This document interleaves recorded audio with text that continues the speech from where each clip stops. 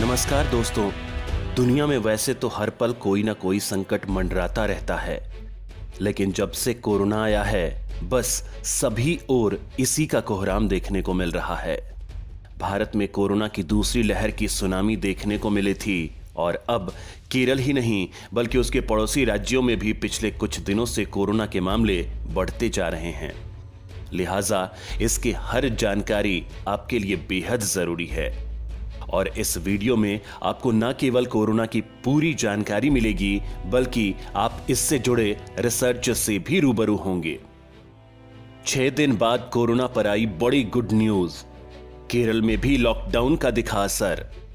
पिछले 6 दिन से लगातार 40,000 से ज्यादा केस दर्ज होने के बाद सोमवार को कोरोना मामलों में बड़ी गिरावट देखने को मिली है। बीते 24 घंटे में देश में 30,549 नए मामले दर्ज किए गए। इस दौरान 38,887 लोगों ने इस बीमारी को मात दी, जबकि 422 लोगों की जान गई। वहीं केरल में बीते दिन 13,984 लोगों की रिपोर्ट पॉजिटिव आई। 6 दिन बाद केरल में 20,000 से कम मामले सामने आए हैं। इसका असर देश के कोरोना आंकड़ों पर भी पड़ा है और कोरोना से रिकवर होने वाले लोगों की संख्या नए मामलों से ज्यादा रही है। यानी बीते 24 घंटे में 8,760 एक्टिव केस कम हुए हैं, जिसके बाद अब पूरे देश में 4,04,958 लोग कोरोना का इलाज करवा रहे हैं। वहीं अगर वैक्सीनेशन की बात करें तो देश भर में 47 करोड़ 85 लाख कोरोना वैक्सीन के डोज दिए जा चुके हैं। बीते दिन 61 लाख टीके लगाए गए हैं। बड़ी बात यह है कि भारत को जल्द ही कोरोना ट्रीटमेंट के लिए काम आने वाला नेजल स्प्रे मिलने लगेगा। भारतीय कंपनी ग्लेनमार्क फार्मास्यूटिकल्स ने स्प्रे बनाने वाली कनाडा की company Sanotize research and development corporation के साथ सोमवार को करार किया है।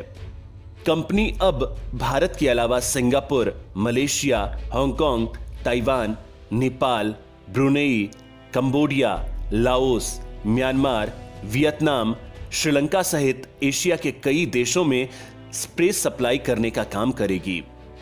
वैक्सीनेशन के मामले में ओडिशा का भुवनेश्वर शहर 100% वैक्सीनेशन करने वाला देश का पहला शहर बन गया है। यानी यहां 18 साल से ज्यादा उम्र के सभी लोगों को वैक्सीन के दोनों डोज लग चुके हैं। भुवनेश्वर में 18 साल से ज्यादा उम्र के 9 लाख लोग हैं। भारत की कोवैक्सीन पड़ी सब पर भारी। सभी डेल्टा वेरिएंट हुए चुटकियों में खाक। भारत में दूसरी लहर के लिए जिम्मेदार माना जा रहा कोरोना का डेल्टा वेरिएंट अब दुनिया भर में कोहराम मचा रहा है। चीन, ब्रिटेन, इजराइल जैसे देशों में डेल्टा वेरिएंट के कारण कोरोना के मामलों में कई गुना तेजी देखी गई है। हालांकि इसी बीच भारतीय चिकित्सा अनुसंधान परिषद यानी ICMR ने एक राहत भरी खबर दी है। बायोरक्सिब में प्रकाशित ICMR की स्टडी के अनुसार भारत बायोटेक की कोरोना वैक्सीन कोवैक्सीन इस वायरस के डेल्टा प्लस वेरिएंट के खिलाफ प्रभावी है। इस स्टडी में IgG एंटीबॉडी का मूल्यांकन किया गया है। इसमें कोवैक्सीन की पूरी डोज वाले व्यक्तियों में कोविड-19 की आशंका को खत्म कर दिया है। इसमें डेल्टा, डेल्टा प्लस और डेल्टा प्लस प्लस के खिलाफ कोवैक्सीन तगड़ी असरदार रही है। कोवैक्सीन डेल्टा वेरिएंट के सभी म्यूटेशन के खिलाफ कारगर पाई गई। इस रिसर्च को 3 कैटेगरी के लोगों पर किया गया, जिन्होंने वैक्सीन की दोनों डोज ली थी या फिर कोरोना से ठीक हो चुके थे।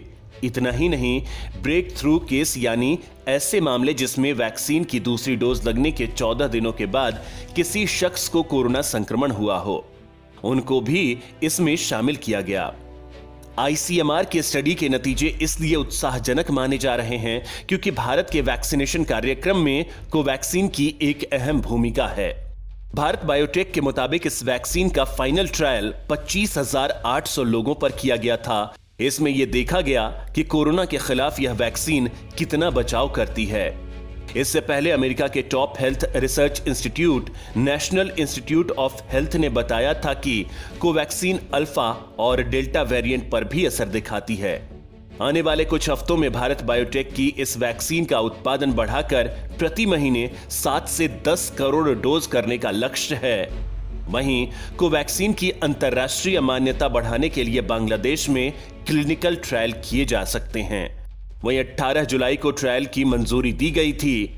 भारत सरकार के एक डॉक्यूमेंट के मुताबिक इसके लिए सरकार ने आर्थिक मदद की मंजूरी दी है।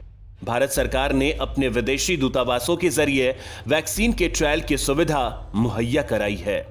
देश में मिनी थर्ड वेव ने दी दस्तक। 13 राज्यों में बढ़े कोरोना के नए मामले। बीते हफ्ते देश के 13 राज्यों में कोरोना संक्रमण के मामलों में बढ़ोतरी देखी गई है।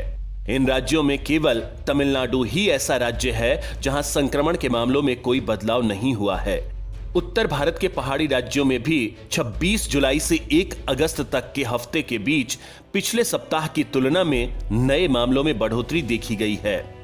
हिमाचल प्रदेश में यह बढ़ोतरी 64% है, जो कि पूरे देश में सबसे ज्यादा है। उत्तराखंड में भी नए मामले 61% तक बढ़ गए हैं। जम्मू कश्मीर में भी कोरोना के मामले 26% बढ़ गए हैं। दिल्ली में भी संक्रमण 15% बढ़ गया है। वहीं हरियाणा में भी कोरोना के मामले 2% बढ़े हैं। हालांकि कुल संख्या देखें तो केरल में कोरोना के मामलों में साप्ताहिक बढ़ोतरी बहुत ज्यादा हुई है। बीते हफ्ते राज्य में कोरोना 1.4 लाख नए मामले आए। हर दिन यहां 20,000 से ज्यादा नए मामले सामने आए, जिससे कुल मामले 27% बढ़े। बड़ी बात यह है कि सबसे बुरी तरह प्रभावित राज्य महाराष्ट्र में भी संक्रमण के मामले 11% घटे हैं।